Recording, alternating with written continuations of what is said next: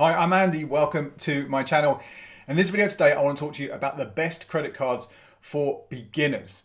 People who don't have a credit card, haven't had a credit card before, how to get them essentially started with a credit card. Now you might be thinking, hang on, right? Credit cards are bad, right? You shouldn't be getting one of these if you don't need one. Well, if you don't manage a credit card properly, like with any debt, then yeah, they are bad for you. But if you can manage them sensibly and manage them in a way that's not going to cost you money, then they actually do have a number of uses. So you can get extra consumer protection with them. You can get potentially cashback or rewards with them. You can even use them to actually borrow at 0%. So essentially very, very cheap borrowing for something that's quite expensive, but you can't afford it right now, but you know you can if you spread that cost out over a certain amount of time. All very, very good things that credit cards give us. But if you are starting off from scratch, they're further away, right? They're in the future, they're not right now. The reason to get a credit card, your first credit card, the reason to start off with one, is because they actually can help you with your credit report and your credit score. Now, I've got other content you can look at that explains why credit reports are so important, how to check them for free. But very, very quickly, having a strong credit report, which is reflected in the credit score, means that as you sort of want to borrow more money, things like a mortgage, perhaps you do want to look at those other credit cards that I mentioned, the cashback credit cards. You might even, when you are switching your mobile phone bill or your energy, all of those things, all those applications for that credit, for that borrowing, they go to your credit report and they look at you, they look at all sorts of things, right? But one of the things they look at is how responsible you are when you've borrowed previously. Now, if you've never borrowed any money before, if you've never had any credit in any form, there's nothing to look at. And this is what's known as a thin credit report, a thin credit file. There's no history for them to look at. So you want to build that up, and there are a number of ways you can do that. So this isn't the only one. But one of the things that really can help you once you've done the basics, such as, registering for voting, opening a bank account, checking your address history and all that kind of stuff on there. Once you've done those basic things, actually having a credit card, using it every single month and paying it off completely every single month actually will help you demonstrate that you can borrow money, that you have got that sense that you understand how to borrow money and how to pay it back without getting into debt. So if you are thinking about getting a credit card for the first time, I would say the reason to do it is not because you need access to cash, it's not because you want to earn rewards, it's not because you want any of the other things, it's because you want to improve your credit report. So that's what I'm going to focus on in this video today. The best credit building, best first time credit cards for you in 2021. Now, before we get into those cards, a few basics on credit cards, because we're assuming here, again, this is your first time really looking at credit cards. Well, first of all, that money isn't free. It's called credit. It is borrowing money. Okay, so sometimes you get those letters through the post, don't you, or those emails the first time. As soon as you hit 18, it's like, hey, look, we're giving you this card with all this money for you to spend. Go ahead, go for it. It's not free money, which sometimes people think. You are borrowing money from that credit card provider to spend, and you will have to pay it back to them. And also, they will charge you for that. They will charge you an interest rate, an APR. Now, this could be anywhere between, let's say, 20% and 60%. It really can vary depending not just on the card you apply for, but also on your credit history. The better your credit report, the better evidence you've got in there, the lower the rate that you'll generally get.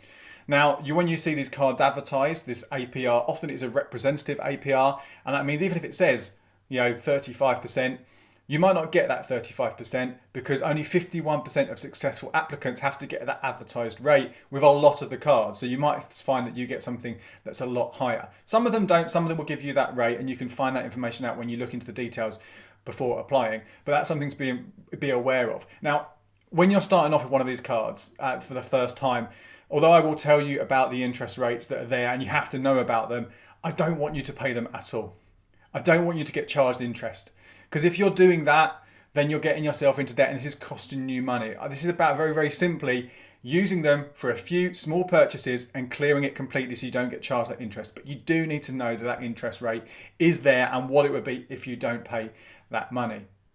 You'll also find when you first get that credit card, and the same for any credit card you get, there's something called a credit limit, and this is the most that you can borrow on that credit card.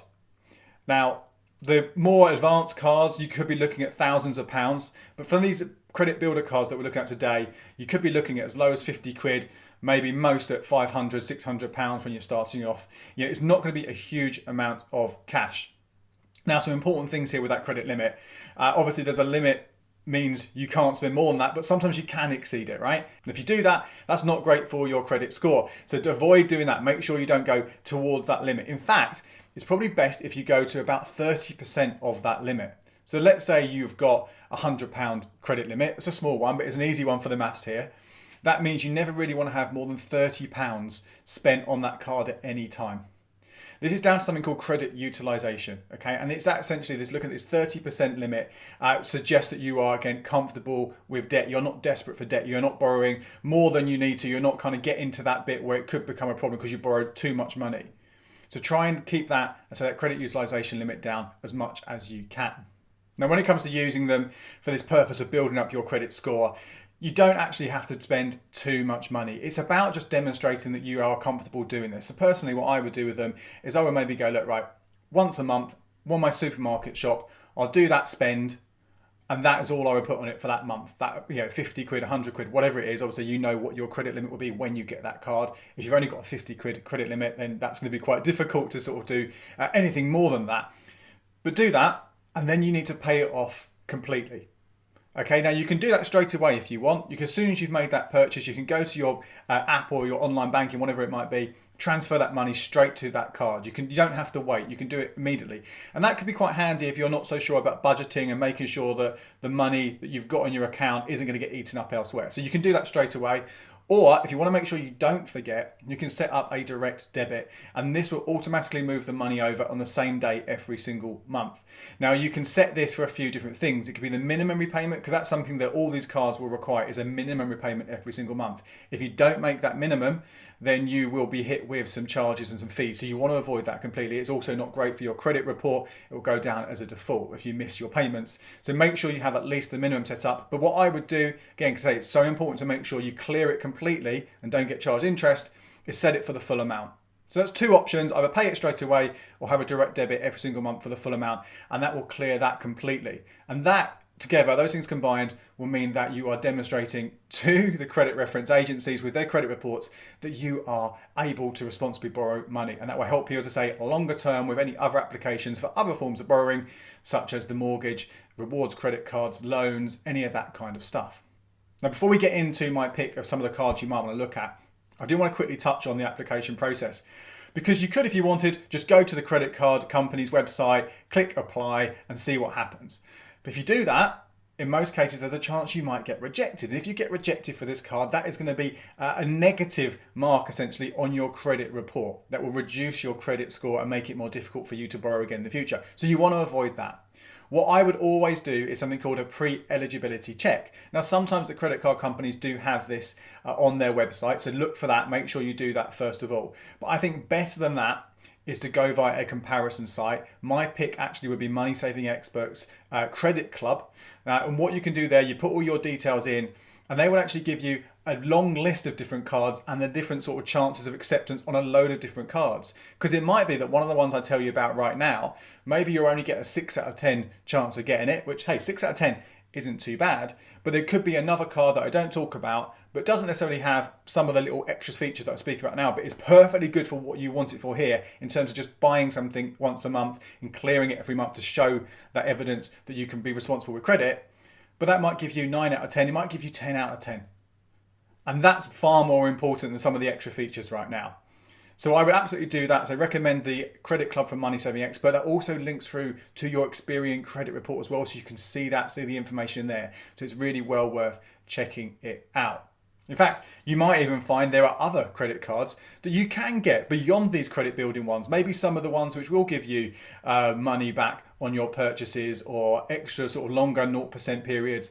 So it's worth doing that. So let's have a look at my pick of some of the best credit rebuilding and credit building cards out there. The first one I'm going to go for is the Amazon Classic Credit Card. Although I'm not the hugest fan of Amazon itself, in terms of a starting off credit card, it's not bad for a few reasons. First of all, if you're successful, you'll get a £10 Amazon voucher. So it's a little bit of a nice freebie for you to spend on Amazon, but also there are a few other extra things. So for example, you will get a £500 credit limit. That's a lot higher than you'll get with a lot of those other first-time credit cards. Now again, that shouldn't be something to achieve for. It's not a target, like I said, but it does give you a little bit more flexibility. And if we're talking about, remember that 30% credit utilization limit, it means really you'd be looking to spend £150, no more than £150 a month on that before it is cleared. So I think that's not a bad starting point. The interest rate is also not too bad compared to the others, 29.9%. Again though, I'd really encourage you to avoid paying interest at all. So I'm not going to focus too much on the interest rates here, but it's just so you have that information. Couple of other things, you do get 0% interest for the first 3 months. So if there is something that you are looking to buy that's quite expensive right now and you do know you can afford it over 3 months just by splitting it out, it's a much better option than something like Klarna, I would say, as long as you do clear it completely by the end of that 3-month period. And you will have to make those minimum repayments in those 3 months, set at £5 for the Amazon card. And also what's interesting here is if you stay within your credit limit and make payments completely every single month for a whole year, they'll upgrade you to the Amazon Platinum credit card at the start of the second year. And with that, you can earn cashback reward points on Amazon purchases and elsewhere. So it's a nice kind of sort of gateway to get yourself onto that kind of reward side of things, where with other cards, it might take you a lot longer to get accepted. Next up, I've got the Tesco Foundation credit card. This one has an APR of 27.5%, so a little bit less than the Amazon card. But again, hopefully that's not relevant because I don't want you to be paying interest on these cards at all. Now the credit limit here could be £200, starts at 200 quid, goes up to £1,500. I think it's quite unlikely as a first timer you'll get anywhere near that £1,500 mark. You're much more likely to be down the lower end of things. It also has a minimum repayment of £25 every single month. But again, hopefully that wouldn't be a problem for you if this is about you just clearing it completely. But just bear in mind that that's a lot more, as long as you've got, obviously you haven't got 25 quid on there. If you only got 20 quid, then you pay 20 quid. But if you've got 100 quid, you have to pay at least 25 quid every single month on that. There does have a minimum income level of £5,000 on this one. You will find that most of these do have some sort of minimum income level on there as well. So if you aren't earning anything at all, then that could be a problem for you. Now, the other reason it's worth mentioning this Tesco Foundation credit card is because you can earn some club card points with it, and it's the only entry level reward credit card out there for people starting off. So you might want to look at it. You're not going to earn a huge amount with this, but if you want to earn a little bit, it's worth considering. Most of these are going to be at Tesco. So if every £4 you spend at Tesco, and that's be multiples of £4. So you don't get, if you spend £4, you'll get 1 club card point. If you spend £8, you get 2 club card points extra. If you spend in between that, anywhere between 4 and 8, say £6, you'll still only get that 1 extra club card point, which works out an extra sort of 0.25% if it was cashback in points. Now this is in addition to what you'd get with your normal club card points, which is 1 point per pound spent. But again, a little bit extra when you spend at Tesco, and if you do your regular shopping there, that's not a bad thing to look at. You also get 1 point for every £8 that you spend in other retailers. Now that's not much at all. That's 0.125% effectively. So if you spent £100 a month over a year, you'd get £1.50. Not the most amount of cash. And again, that's considering using multiples of £8 as well. So you're not really going to get a huge amount of money back from this in club card points. If you collect your club card points anyway, then as Tesco say, was it every little helps. Tesco is Tesco, isn't it? Now, there really are so many of these credit building cards out there. So I would, as I said, I would recommend that you do go via those comparison sites to have a look at your highest chance of getting accepted. But another interesting one to share with you is the Barclay Card Forward Card. And this has a much higher starting interest rate than these other two, 33.9%. Your credit limit, again, could be as small as 50 quid, could go up to 1,200, but again, you're probably more likely to get nearer that 50 quid mark. Has a minimum £5 a month minimum repayment, and you have a minimum income level to get this of £3,000. The main reason I'm telling you about this one, again, if we're looking at this as an ongoing process about building up your credit score, but you are worried about the interest rate that you will pay, if you stay within your credit limit throughout the whole year, you will get a 3% interest reduction at the end of year one, and after the second year, a 2% rate in reduction at the end of that second year. So essentially, you are going to sort of, again, bring down that interest rate that you will be paying over time. Now, again, mix and match, you might be able to find you get a lower interest rate than that off the bat. So it's one to bear in mind. Again, we're talking about this as a responsible thing, but if you do think you might have to pay interest occasionally, you do want to focus on that rate. You also, with this one, will get 0% purchases for the first 3 months. So again, if there's something you need to buy, that might help you spread that cost out over a short period of time. Again, do check out those comparison sites for all the other cards that are out there. Quickly want to mention a couple of credit cards if you're a student. Again, if you're starting off and you want to, again, build your credit report while you have a student account with either NatWest or HSBC, then you can also get access to one of their student credit cards. So do check those out. Again, relatively small credit limits on these, but the interest rate actually, compared to the other start-off cards, is a much lower one, about 18, 19%, something like that. But again, I know I keep saying this, but I don't want you to be paying the interest on this at all. This is just about buying something you would normally spend, normally buy, that money, then clearing it either straight away or with a direct debit. So you don't get charged the interest, but you are improving your credit score, strengthening that credit report to help you, in a few years' time. Now, if you found this useful, please do hit like, leave me a comment, let me know what you think. And I would love it as well if you subscribe to the channel. Every single month, I will give you an update on the top credit cards across the board, all the different ones. Because obviously, these are the best ones right now. That will change over time. New ones might appear, some of these might disappear. So if you want to check out the latest updates on the best credit cards, including the best starting off cards, credit rebuilding cards, then make sure you do not only hit subscribe, but hit that notification bell. Until next time, cheers. And here are a couple more videos you might find interesting.